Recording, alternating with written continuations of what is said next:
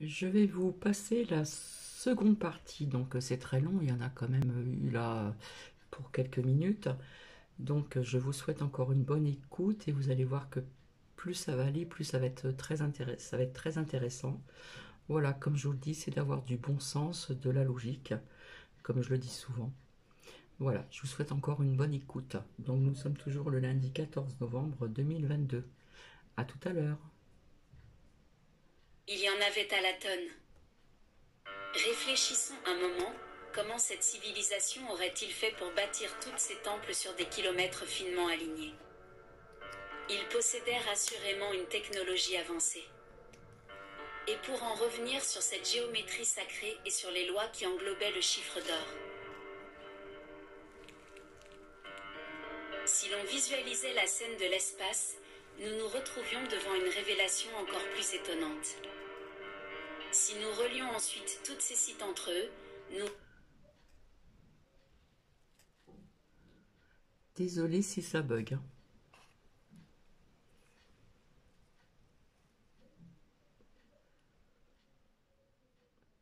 Quelque part, c'est aussi pour ouvrir les yeux de certaines personnes, hein, ceux qui ont encore le voile devant les yeux.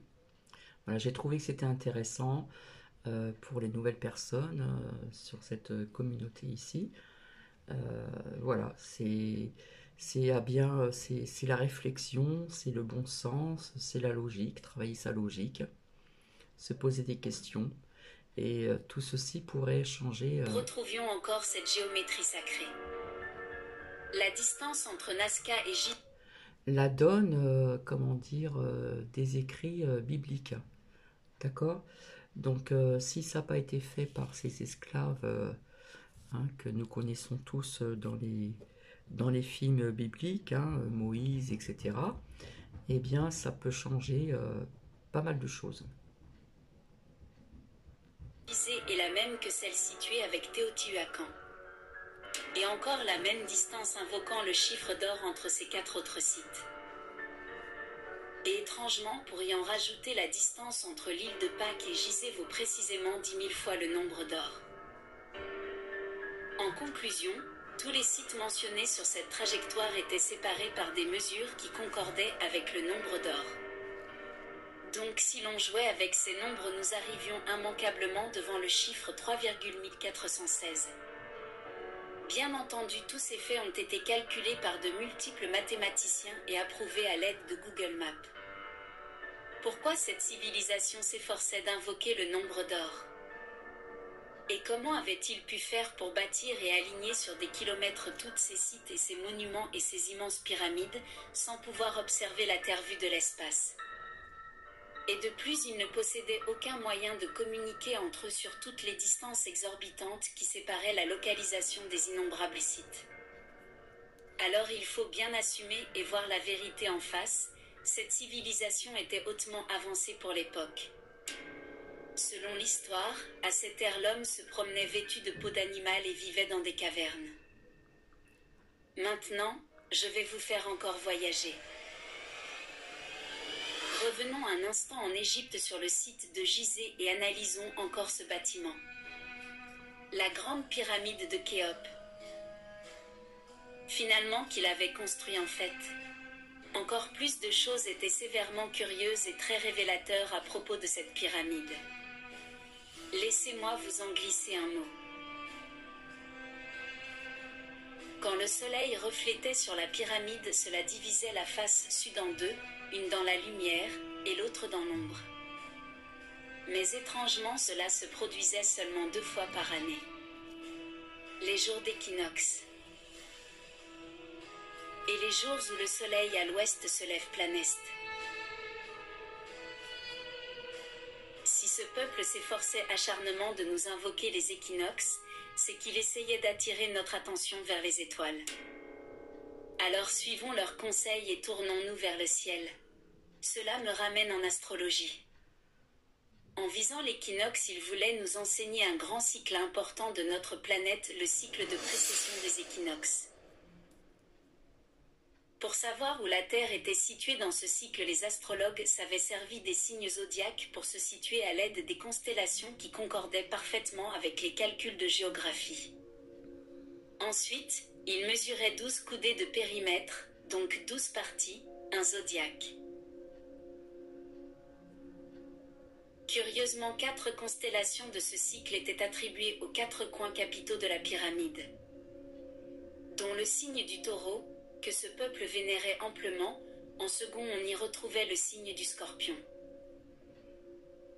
Ensuite, il voulait nous faire porter attention au signe du Verseau et ensuite le Lion.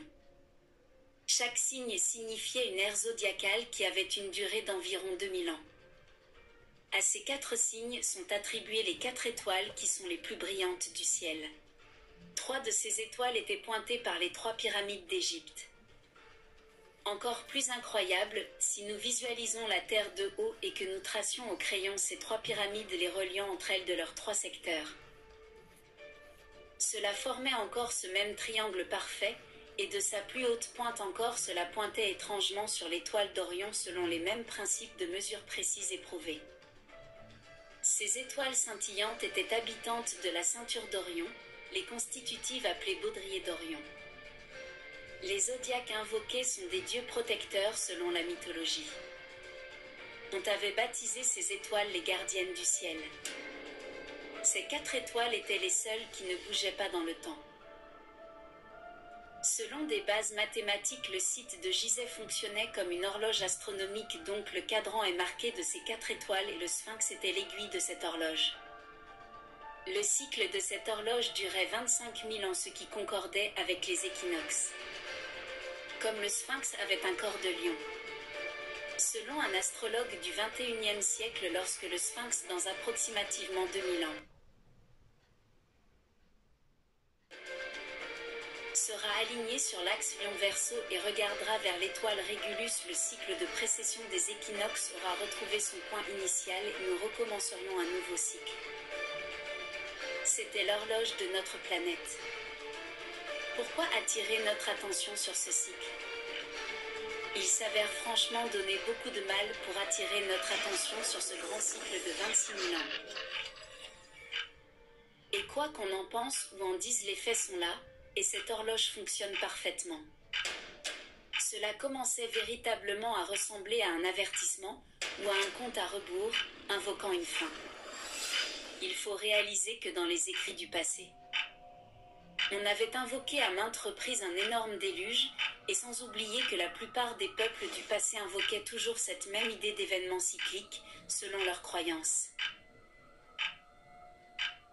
Selon eux, les dieux se seraient mis en colère, et ensuite par la force déchaînée des mers il aurait puni les peuples de cette époque.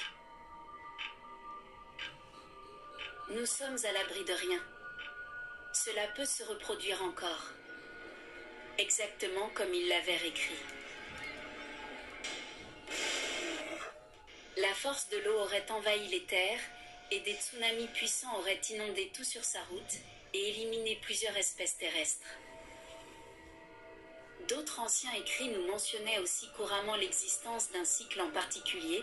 Les mythes le surnomma le grand gel, le cycle de glaciation. Selon la légende, un froid insoutenable accaparerait violemment le globe terrestre de façon soudaine à chaque fin d'un ère cosmique. Et les froids présents gèleraient tout sur son passage instantanément. Et la Terre deviendrait comme une boule de glace, la rendant ainsi peu invitante pour abriter la vie.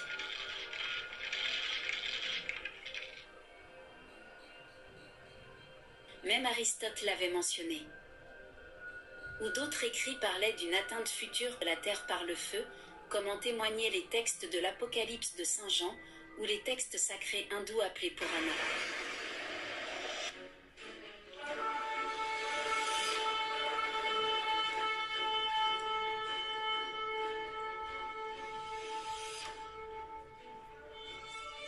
Tous ces peuples disparus parlaient d'un apocalypse, et en y portant soigneusement attention, les bâtisseurs avaient construit tous leurs temples alignés, non dans le but de marquer un équateur.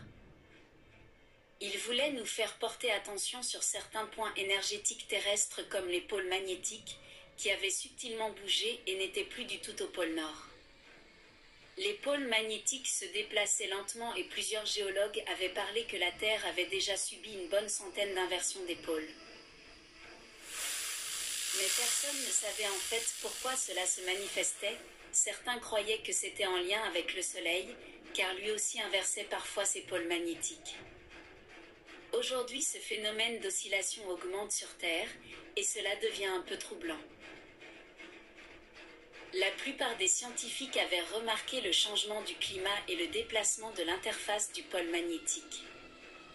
Mais l'on n'était pas prêt du tout à faire face à quoi que ce soit. Les plus grandes conséquences probables si l'inversion des pôles magnétiques se concrétise serait la disparition du champ magnétique terrestre. Si ce scénario devait arriver, nous perdrions provisoirement le champ magnétique durant l'espace d'une durée allant jusqu'entre quelques heures à aller jusqu'à quelques semaines, et éventuellement suivi d'un réajustement de la croûte terrestre. Le champ magnétique de la Terre nous est primordial, car notre atmosphère filtre tous les vents solaires venus de l'espace, et nous protège aussi des astéroïdes et des puissants rayons gamma. Si cela devait arriver, cela nous y en serait fatal, et la planète serait brûlée brutalement en surface en proportion avec son exposition. Les vents solaires brûleraient toutes les espèces habitantes sur sa surface. Étrangement comme la destruction par le feu inscrit dans les anciens textes. Curieusement, de manière étrange et inquiétante, les prophéties du passé et les hypothèses de la science moderne se rejoignaient de très près et nous laissaient transparaître les mêmes catastrophes. L'humanité devait réagir vite et commencer à s'y intéresser minutieusement de très près. Car si ces phénomènes étaient connus par les bâtisseurs et qu'il avait tout fait pour nous prévenir, c'est qu'il y avait sûrement une façon d'en réchapper, sinon dans le cas contraire, il y aurait été inutile pour eux de le faire. À présent, posons-nous les vraies questions. Qui étaient donc ces curieux bâtisseurs ?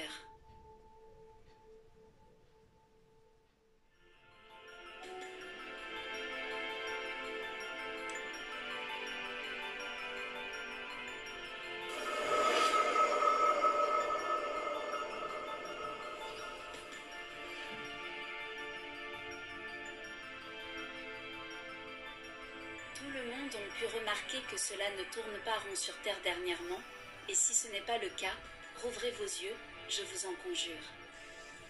Selon moi, le désir avaricieux de dominer et contrôler le monde des dirigeants de cette planète devient amèrement abusif, cela devient un peu n'importe quoi.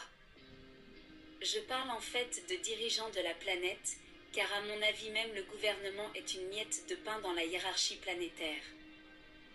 Certaines personnes parlent souvent de complot, même que de fil en aiguille avec le temps on les surnomma les complotistes. Si l'on s'arrête un peu, nous pouvons comprendre le sentiment qui les rend réticents aux véritables intentions des gouvernements. Car antérieurement, leurs ancêtres ont souvent dû souffrir dans le passé de déceptions par des trahisons gouvernementales qui ont laissé leurs cicatrices dans le cœur et la confiance du peuple. Inévitablement, le mensonge et les traîtrises donnent naissance au doute et engendrent ainsi la méfiance. On peut bien comprendre ensuite pourquoi les gens mangent ce que disent les gouvernements avec dégoût. Car la confiance se mérite, et on nous a ensevelis sous des tonnes de mensonges depuis l'aube des temps, nous laissant toujours se noyer dans l'ignorance. Tandis que toute vérité est bonne à savoir, et selon moi, la franchise est la clé d'un peuple en harmonie. L'humanité n'a besoin que d'une seule chose pour prospérer selon mes croyances. Premièrement, de s'aimer et s'unir dans le respect et partager nos forces vibratoires positives, qui dorment dans chacun de nous depuis trop longtemps déjà, en fait car la glande pinéale située au niveau du cerveau, que certains appellent le troisième œil, semble affecté étrangement, même quasi éteint. Mais pourquoi nous avoir montré la mauvaise voie ? En gardant tous les messages secrets au sujet de la clé amenant aux énergies libres et des dons spirituels que nous possédions gardés dans l'oubli.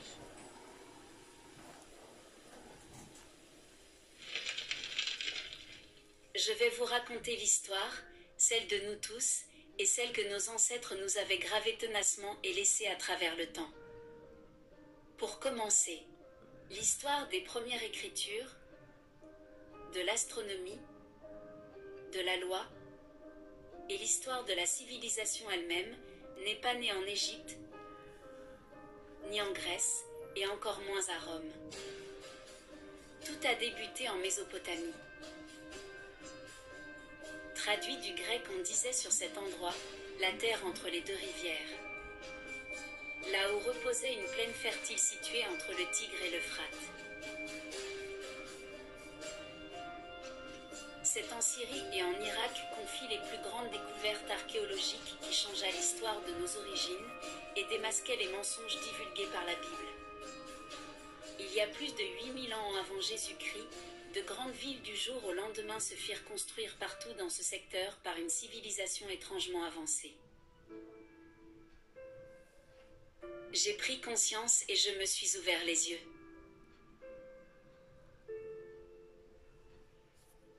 Mais seulement au moment où des archéologues trouva en Irak 14 tablettes d'Enki qui apportaient à faire d'énormes liens en référence aux mystères incompris de l'égyptologie. Ces êtres divins avaient influencé et instruit quelque peu tous les peuples et civilisations perdues. On les surnomma aussi les tablettes d'émeraude. Les tablettes d'Enki étaient d'anciens artefacts sous forme de pierre. Appartenant à une famille atlante, venue des 3 étoiles brillantes, et sur lesquels dans la roche étaient gravés des écrits qui allaient changer l'histoire de nos origines une fois traduite. Ce trésor historique datait de plus de 8000 ans avant le Christ, elle était comparable aux trouvailles faites en égyptologie. Elles avaient été rédigées par les Sumériens pour honorer leur créateur. De leurs gravures percées dans la roche, elle invoquait l'histoire d'une famille royale venue des cieux dont Enki, le dieu créateur et protecteur. Et aussi Anu son frère, et aussi de la déesse Shiva sa sœur, et sombrement de son père Enlil. Son père par contre nommé Enlil était un dieu nébuleux et sombre et il allait aller à l'encontre d'Enki afin de rendre l'humanité dans l'oubli du véritable savoir. Ainsi nous rendant prisonniers de cette terre et esclaves d'Anu qui nous manipulait aveuglément depuis la nuit des temps.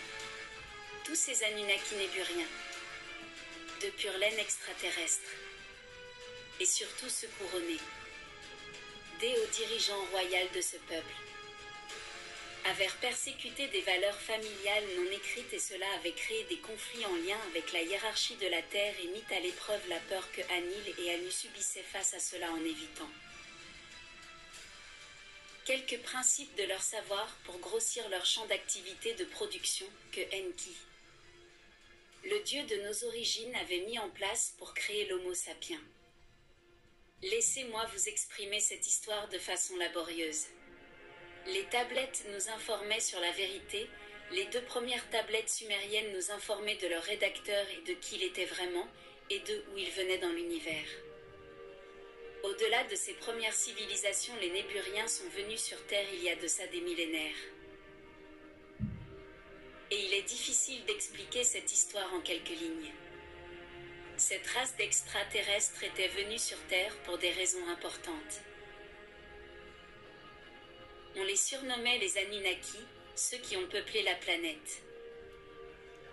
Selon leur écrit, il était venu il y a de cela 45 000 ans, leur planète était instable et en danger. Cette planète appelée Nibiru faisait partie de notre système solaire. Selon des astronomes, à chaque 3600 années terrestres, cette planète approchait la proximité de notre planète. Et malencontreusement, l'atmosphère de leur planète jadis vitale était hautement agrémentée en oxyde de fer, rendant leurs conditions hostiles et invivables. De ce fait, leurs mers et leurs rivières étaient de couleur rougeâtre. Leur peuple courait un grand danger. Et leur planète effleurait la Terre au moment opportun, et les Néburiens se rendit compte qu'il y avait un élément sur Terre en abondance essentiel à leur survie. Lorsqu'il arriva, la Terre se remettait à peine du météorite qui avait anéanti les dinosaures. La Terre était fleurissante à cette époque et en harmonie avec les mammifères qui y vivaient.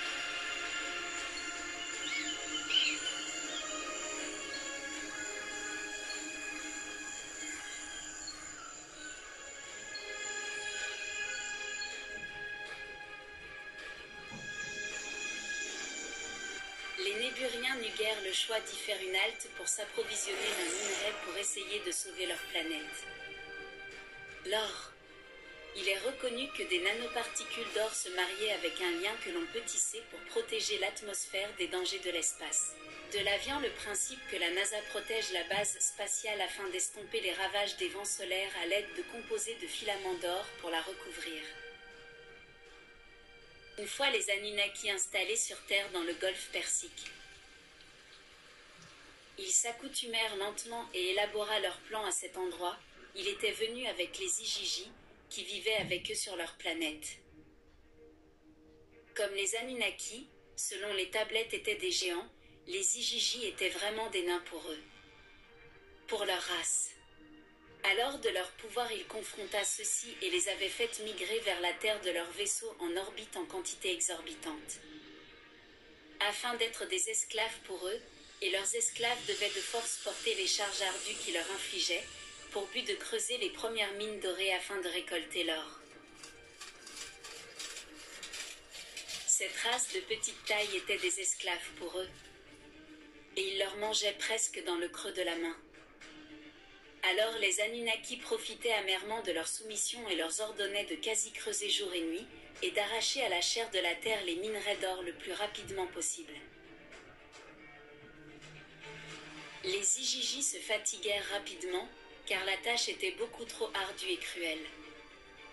Alors de fil en aiguille ils se rebellèrent et cessa de travailler. Mais les Anunnaki, soucieux de ne pas réussir leur mission et de manquer d'or, se mirent à les forcer obligatoirement, mais les Igigi complètement blasés se leva debout et défendirent fièrement leurs honneurs. De ce fait une guerre sans merci commença atrocement. Ce fut une guerre longue, sombre et sanglante, qui dura quelque temps et retarda les travaux. Immanquablement, les Igigi ne fit pas le poids contre ces géants. Les Anunnaki ne leur laissa aucune chance. Tout ce qui refusa de travailler sans relâche passa au bout de la pointe de leur lame. Ce fut selon les écrits rédigés sur une tablette d'émeraude la première guerre de l'histoire de la Terre. Après la guerre, le père de Enki décida de quitter la Terre et demanda à ses deux fils Anu et Enki d'y rester pour s'efforcer de continuer la mission. Il affectionna Anu, son petit protégé, de rester en Mésopotamie avec le peu de main-d'œuvre qui lui restait et demanda ensuite à Enki de migrer vers le nord de l'Afrique en quête d'or. Enki obéissa et décolla subitement de son navire volant vers cette destination. Enki n'était pas du tout accoutumé au paysage africain. En arrivant dans le ciel africain, le vacarme de son vaisseau laissa un petit groupe de primates subjugués par sa présence.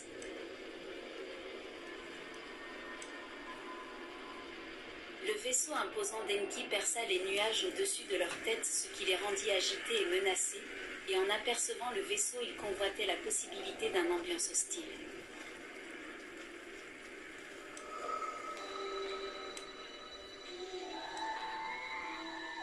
Enki les aperçut en retour et s'interrogeait sur la présence surprenante de ces curieux primates, et envoya des éclaireurs les survoler pour en apprendre davantage sur cette espèce. Voyant la peur que surmenait cette espèce, il rappela vite ses alliés en constatant que cette espèce n'était pas menaçante pour eux.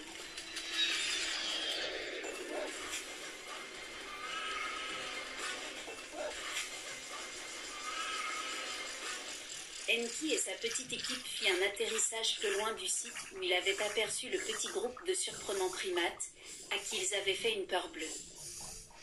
Enki se mit à les observer passionnément de loin, et ainsi à les étudier. Suite à ces observations, il eut une idée hors du commun et il contacta ensuite son frère Anu à ce sujet. Afin d'avoir un autre avis, lors de cette discussion, Enki proposa à son frère d'essayer de créer une race d'humanoïdes à leurs images, afin de remplacer leurs esclaves les Igigi. Selon sa vision, Enki voulait audacieusement créer génétiquement une race croisée et fusionner l'ADN de lui-même avec le code génétique de ces étranges primates. Anu resta sceptique à son idée, car il avait contrainte que cette nouvelle race ait accès à leurs connaissances spirituelles et ainsi pouvoir mettre la main sur la richesse du don amenant à la vie éternelle et ainsi mettre leur propre peuple en danger. Enki s'efforça de le convaincre afin de pouvoir répondre à la main-d'œuvre nécessaire pour continuer la récolte d'or.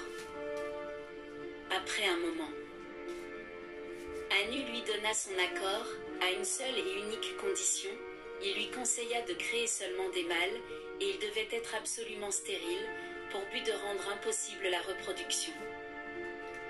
Suite à cela, notre cher Enki, le dieu créateur, se mit minutieusement à faire plusieurs petits tests, et fusionner quelques surprenantes combinaisons génétiques entre espèces animales et ainsi de s'amuser à jongler avec les lois de mère nature.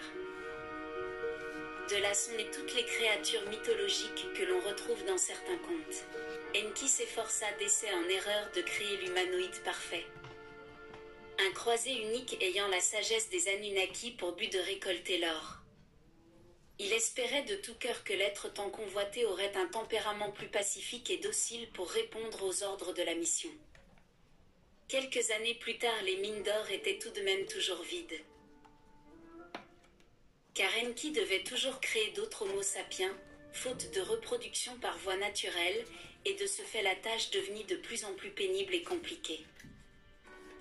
Enki, se sentant impuissant dans l'espoir de sauver sa planète, se mit sournoisement sans consulter Anu à élaborer un tout autre plan. De sa main créative, il utilisa l'un de ses spermatozoïdes et l'implanta dans l'ovule de l'une de ses primates favorites. Alors de ce fait cette primate qu'il avait minutieusement sélectionnée se verrait ajoutée à ce monde suite au temps de gestation requis la première authentique femelle Homo sapiens. Enki attendait impatiemment de voir naître cet enfant. Il vivait par contre dans l'inquiétude de voir si son travail allait apporter fruit. Enfin, le moment arrivé, il resta à proximité tout au long de l'accouchement. Une fois cette première femelle croisée mise au monde, il la dénomma Lucie. Grâce à la fertilisation de son espèce. Ensuite, le premier homme fertile se vit voir venir le monde, qu'il avait surnommé Adam. De là est née la fameuse légende d'Adam et Ève. Suite à l'intervention de fertiliser la race de racines Homo sapiens, le nord de l'Afrique commença à être peuplé et cette espèce se mit soudainement à devenir fleurissante et abondante. Lorsque la nouvelle arriva en Mésopotamie et effleura les oreilles d'Anu, il devenu grandement colérique et insulté, alors il se mit à faire surveiller Enki de près. Quelque temps après, Enki, passionné comme personne, tomba graduellement amoureux de cette espèce qu'il avait créée, alors de sa grandiose bonté et sa générosité. Il se mit à leur offrir la connaissance de certaines technologies et un infime partie de leur savoir. Par amour, il se mit à leur enseigner la force de l'éveil des chakras et l'élévation de la conscience spirituelle.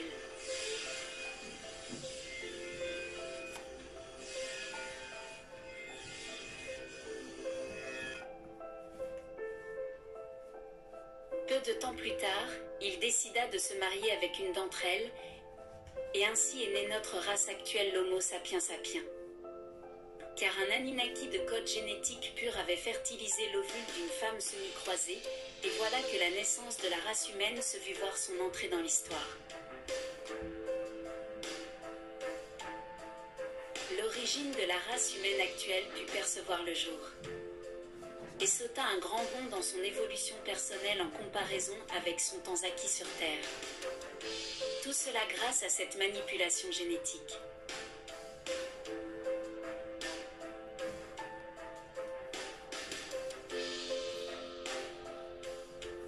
C'est pour cette raison que les plus grands historiens de ce monde n'ont jamais trouvé ce fameux chaînon manquant. Plusieurs autres Anunnaki de sang royal fit la même chose, et avec les femmes Homo. Anu, enragé comme jamais, chassa les humains de ces villes, qu'on nommait les demi-dieux, et qui devenaient de plus en plus nombreux.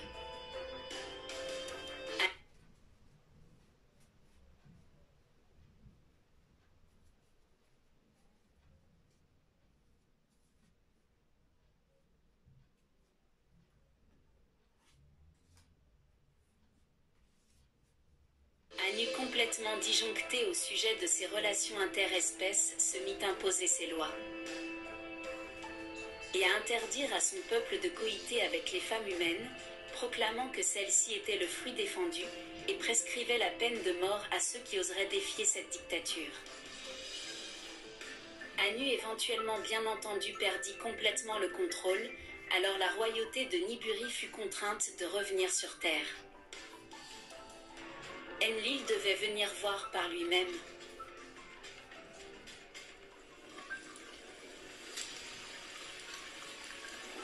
Et une fois le vaisseau mère atterri, Enlil, enragé, se vit constater en peu de temps que la race humaine avait pris beaucoup d'ampleur. Et il devenu déconcerté par la tolérance d'Enki sur l'exagération des humains croisés avec des entités de son peuple de lignée de sang royal. Selon les craintes d'Enlil, ils étaient devenus abusivement trop instruits par leur secret familial. Pour lui, ils pouvaient être une menace éventuelle. Alors, immanquablement, ce qui devait arriver, arriva.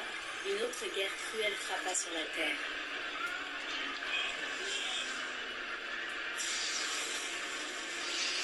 Durant que Enlil attaquait et détruisait les plus grandes villes de race humaine, Enki partit se cacher dans un petit village à l'ouest où il alla prévenir de la même sorte un de ses humains protégés. Il se nommait Noé. Noé. Oh, mon Seigneur. La fin de toute chair est arrêtée. Fais-toi une arche de bois de gopher. Tu disposeras cette arche en cellules. Enki lui suggérait de construire un bateau pour subsister au déluge. Car Enlil s'apprêtait à contre-attaquer à l'aide d'un vaisseau situé en orbite terrestre qui possédait une arme unique qui provoquait d'immenses décharges atomiques.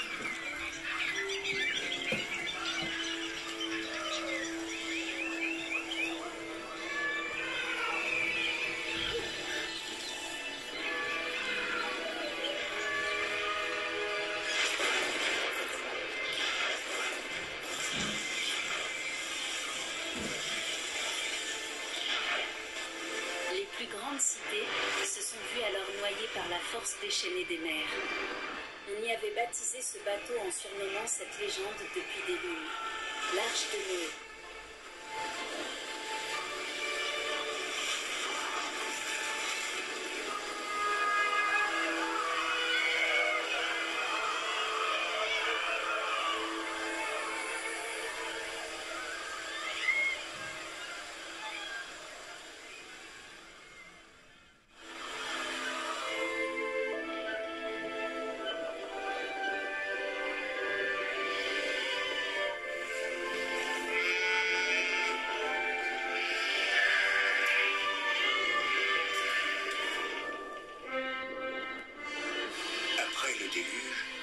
Les êtres vivants qui avaient un souffle sur la terre sont morts, à l'exception des 8 personnes de la famille de Noé et de toutes les espèces vivant dans l'arche.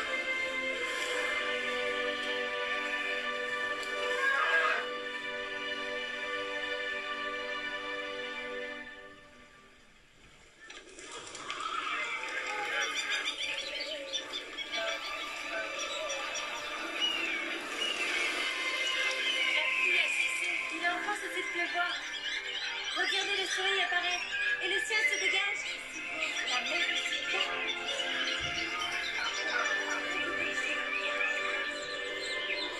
Oh, mon Seigneur, mon Dieu.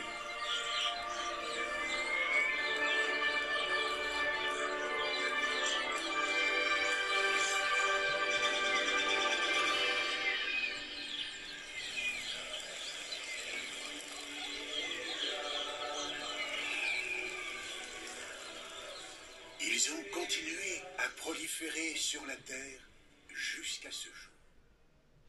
Bien sûr, ce fut une catastrophe épouvantable. Et Enki en était démoli intérieurement. Il était attristé de voir toute sa création et la monarchie du sud de l'Afrique sombrer dans le fond de la mer morte. tels que l'Atlantide comme plusieurs écrits l'avaient mentionné, mais ridiculisés par les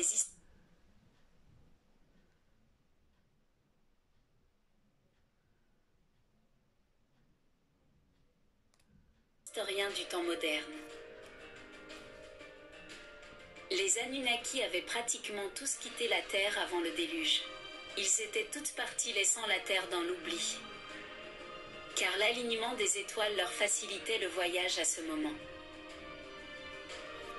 Ils avaient laissé pour preuve de leur passage que de précieux messages cachés et de simples ossements. Les humains survivants du déluge et ceux de l'arche de Noé se virent tristement ainsi abandonnés par toutes leurs alliés Anunnaki. Ils se sont vus repartir de zéro pour peupler la planète, mais des petits groupes de Néandertaliens avaient survécu aussi dans le nord de l'Euphrate. Néo, lui, de son côté, une fois accosté, fut alors éclore les débuts de la civilisation de ceux qu'on appelle les Sumériens. C'est la civilisation sumérienne qui ont immortalisé le passage des Anunnaki sur Terre et dont l'histoire d'Enki en la gravant sur ces fameuses tablettes sumériennes. Et ainsi de suite, ils avaient minutieusement construit toutes ces cités en leurs honneurs et réalisé ainsi ces spectaculaires et mystérieuses pyramides. En utilisant bien entendu aussi leur sublime technologie que Enki et ses complices leur avaient généreusement léguée avant de disparaître. Le but des Sumériens était d'essayer de préserver la race humaine telle que Enki l'avait imaginée. Mais Enlil et Anu n'allaient pas laisser les Terriens prospérer aussi facilement. Enki, juste avant le déluge, quitta la Terre pour se réfugier sur Orion. Enlil et Anu, jugés par leurs gestes, se virent chassés par les dieux d'Orion et s'installèrent sur Saturne, car à cet endroit ils s'avéraient manipuler la chronologie du temps, qui augmente certains pouvoirs à leur avantage, nous faisant tourner en boucle constamment. Ils sont encore sur Saturne à ce jour, à surveiller la Terre attentivement comme des monstres assoiffés de sang. Et même aujourd'hui d'autres sont sur Terre à tout contrôler et nous manipulent en se servant de nous à notre insu comme esclaves. Nous rendent obligés de travailler et de transformer la matière première pour eux, car nous n'y avons pas le choix afin d'avoir de l'argent pour subir à nos besoins essentiels.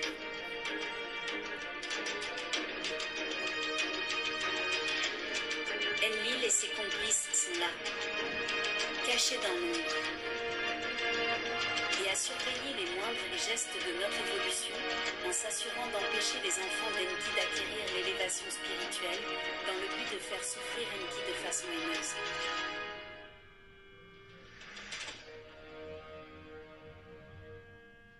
Pour le moment, décrire la situation véridique de la Terre serait illustrer la Terre prise en otage, en fait comme si la Terre avait un revolver sur la tempe en perpétuité. Il y a plusieurs raisons pour lesquelles Enki ne revient pas immédiatement nous sauver, dont 3 qui me viennent subitement à l'esprit. La première serait qu'il attend que plus d'individus soient éveillés spirituellement pour les sortir de la boucle temporelle dans laquelle Enlil a mis en assaut ceux-ci sur la Terre. La deuxième serait que vu que les mercenaires d'Enlil guettent continuellement la Terre, et qu'ils n'ont plus aucun endroit où aller, alors si Enki essayerait de reprendre la Terre, ces derniers risqueraient pitoyablement de faire exploser la Terre. La troisième serait qu'il attend patiemment des mouvements planétaires énergétiques clés, afin de faciliter son voyage en ouvrant des passages. Pour mieux élaborer, c'est comme un peu le surf. Le surfeur doit attendre absolument le bon moment pour prendre la vague au passage. Sinon, il se retrouve attiré abruptement vers le fond. Tout ça est comme un énorme jeu d'échecs où Enki place ses pions minutieusement dans l'espoir de nous sauver et récupérer la Terre et ses enfants. Tandis que ses ennemis sont toujours là à rôder autour du globe. Et même sur Terre à nous gouverner secrètement.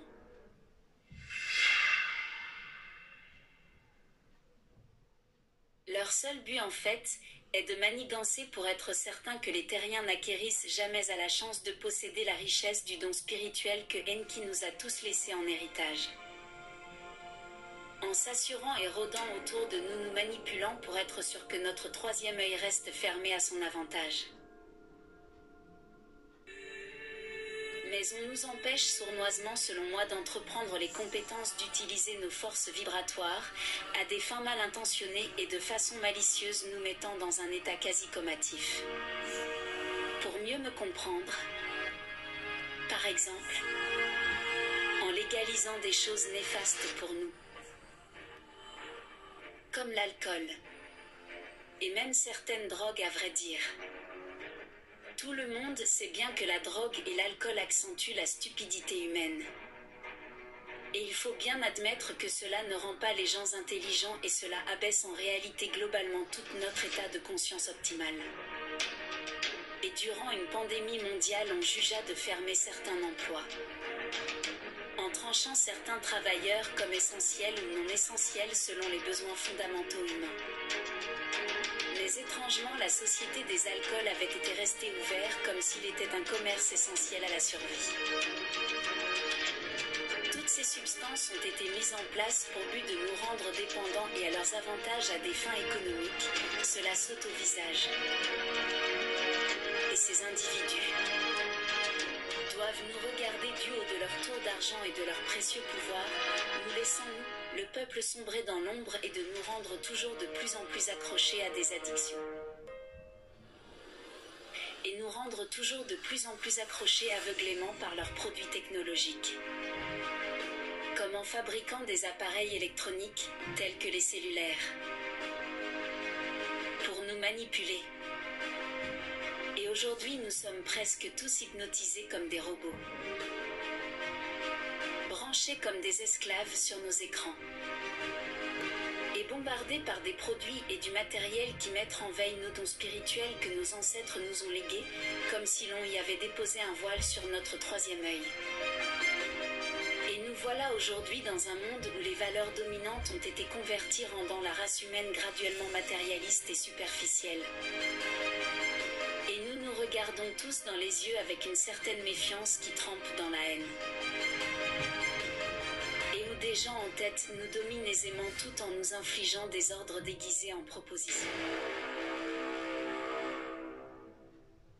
Maintenant, faisons une petite introspection au sujet de ce que je vous ai précédemment dévoilé sur les révélations divulguées des précieux écrits qui avaient été laissés par nos ancêtres.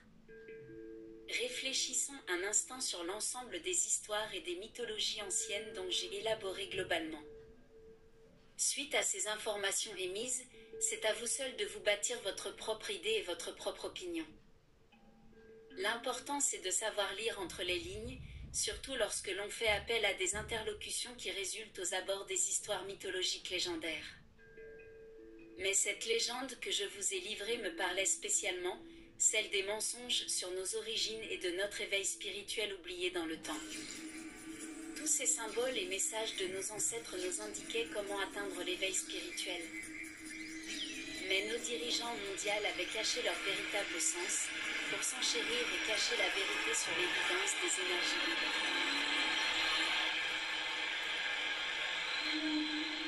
Les messages laissés par les bâtisseurs étaient simples. Ils nous démontraient comment vibrer adéquatement pour s'aligner sur le Thor, qui est le champ de force énergétique unifié, une énergie libre. La plus grande force de ce champ n'était que des vibrations sonores. En fait, l'univers était un champ sonore en perpétuité.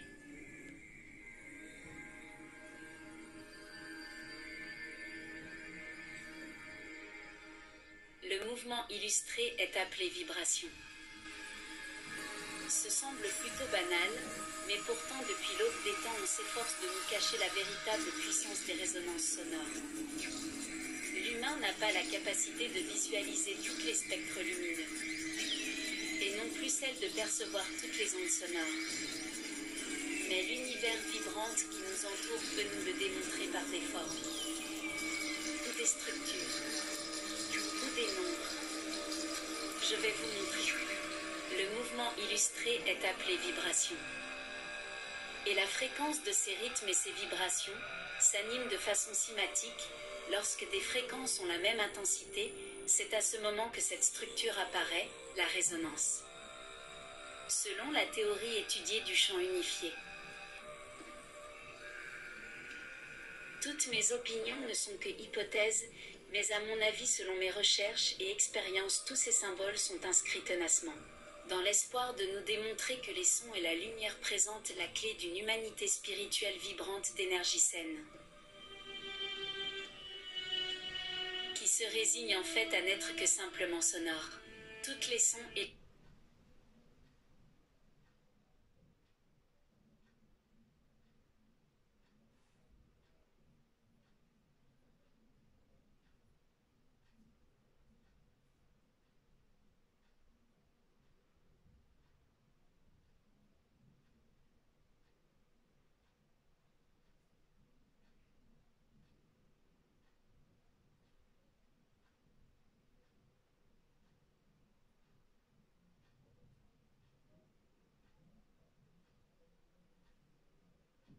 sont canalisés et représentés sous forme de structures que l'on nomme les fruits de vie.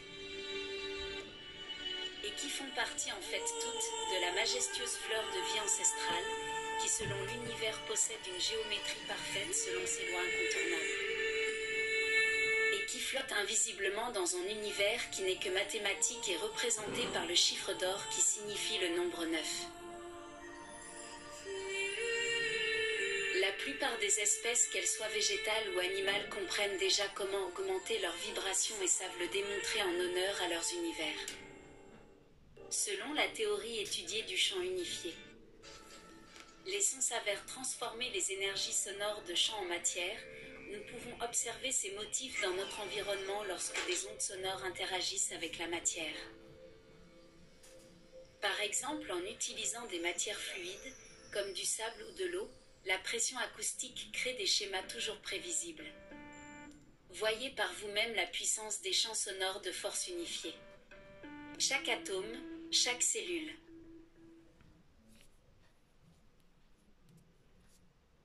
Chaque univers vibre sur une résonance différente représentée par les figures que vous contemplez.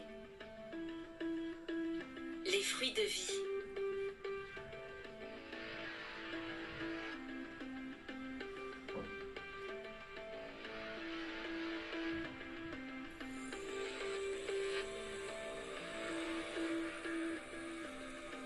Si on s'avérait pouvoir percevoir toutes les résonances sonores, nous pourrions guérir presque toutes les maladies. Les cellules cancéreuses peuvent déjà être soignées par des vibrations sonores. C'est en maîtrisant cette compétence spécifique que les bâtisseurs avaient déplacé les roches massives.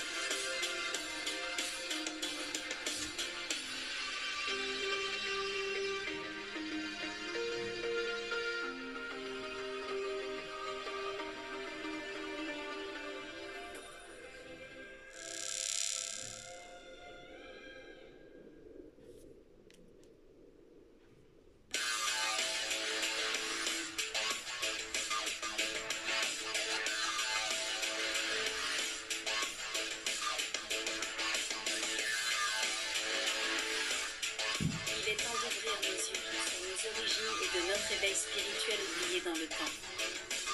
Un grand sage, tel que Enki avait dit, que la seule chose que l'on pouvait promouvoir pour améliorer notre sort sur la terre était premièrement de travailler sur nous-mêmes, et précisément sur notre amour propre suivi de notre ouverture d'esprit, et par la ensuite essayer d'apprendre à percevoir quelles vibrations nous sommes en mesure de canaliser. Car vous seuls aux confins de votre subconscient intérieur peuvent entreprendre ces changements d'élévation énergétique. C'est à vous de faire vos choix de vie et vous libérer des ondes négatives qui vous hantent. Honorez vos croyances, mais respectez aussi celles des autres. Et ensuite réalisez vos rêves et aussi essayez d'apprendre à concevoir les bonnes décisions pour vous. En pesant les pour et les contre entre les erreurs faites versus les bonnes actions que vous avez commises. De cette façon analytique, l'humain s'aide fortement à surélever ses forces vibratoires et se fortifie pour les éventuels obstacles à venir. De ce fait, l'humain y gagne grandement à profiter d'avoir la conscience tranquille. Essayez d'écouter un moment, étendez l'oreille et flairez votre environnement et suivez votre intuition. Vous en y gagnerez assurément des signes de l'univers et des indices. Regardez simplement autour de vous. Et vous réaliserez qu'il se passe étonnamment bien des choses étranges dans l'univers qui nous entoure. Et visualisez que bien des choses incompréhensibles bien au-delà des mots sont suspicieuses et complètement nébuleuses. Une grande chose que nous pouvons enchérir sur nos évolutions personnelles est enfin, à mon avis, simplement la patience d'essayer de canaliser toutes vos énergies positives et d'y concentrer toutes ces pulsions vibratoires au nom de l'amour. Et ce qu'on demande de démontrer respect à nous, aux autres, et à toute chose unifiant l'univers matériel qui le compose. Acceptez l'opinion des autres tout en y respectant celle d'autrui, en ne baissant jamais le regard sur vos valeurs. Espérons que tous ensemble, nous allons briller de cette énergie et enfin pouvoir faire comprendre à ceux qui nous guettent dispersés dans l'ombre qu'ils peuvent enfin cesser de se nourrir de nos peurs. Et lâcher enfin prise. Et nous redonner notre liberté et de nous faire maintenant lumière sur le savoir et ainsi brûler les mensonges et finalement de lever le rideau sur notre véritable histoire qui nous appartient à nous tous, le peuple. Libérez-nous. C'est notre histoire et l'humanité est enfin prêt à savoir. Peu importe qui nous sommes et peu importe notre couleur de peau, c'est notre passé à tous, car nous avons tous les mêmes origines et nous faisons qu'un, nous tous, les terriens. Car seules nos énergies vibratoires canalisées de manière positive et nos dons rassemblés peuvent unifier et nous épargner tous. Pour enfin acquérir le pouvoir de dévoiler le véritable visage de notre petit monde, notre petite prison errant dans cet univers gigantesque. J'implore avec espérance que si nous regardons toutes dans la même direction, nous adhérons à la clé du bonheur, du savoir et de la sagesse universelle. Je le souhaite de tout cœur.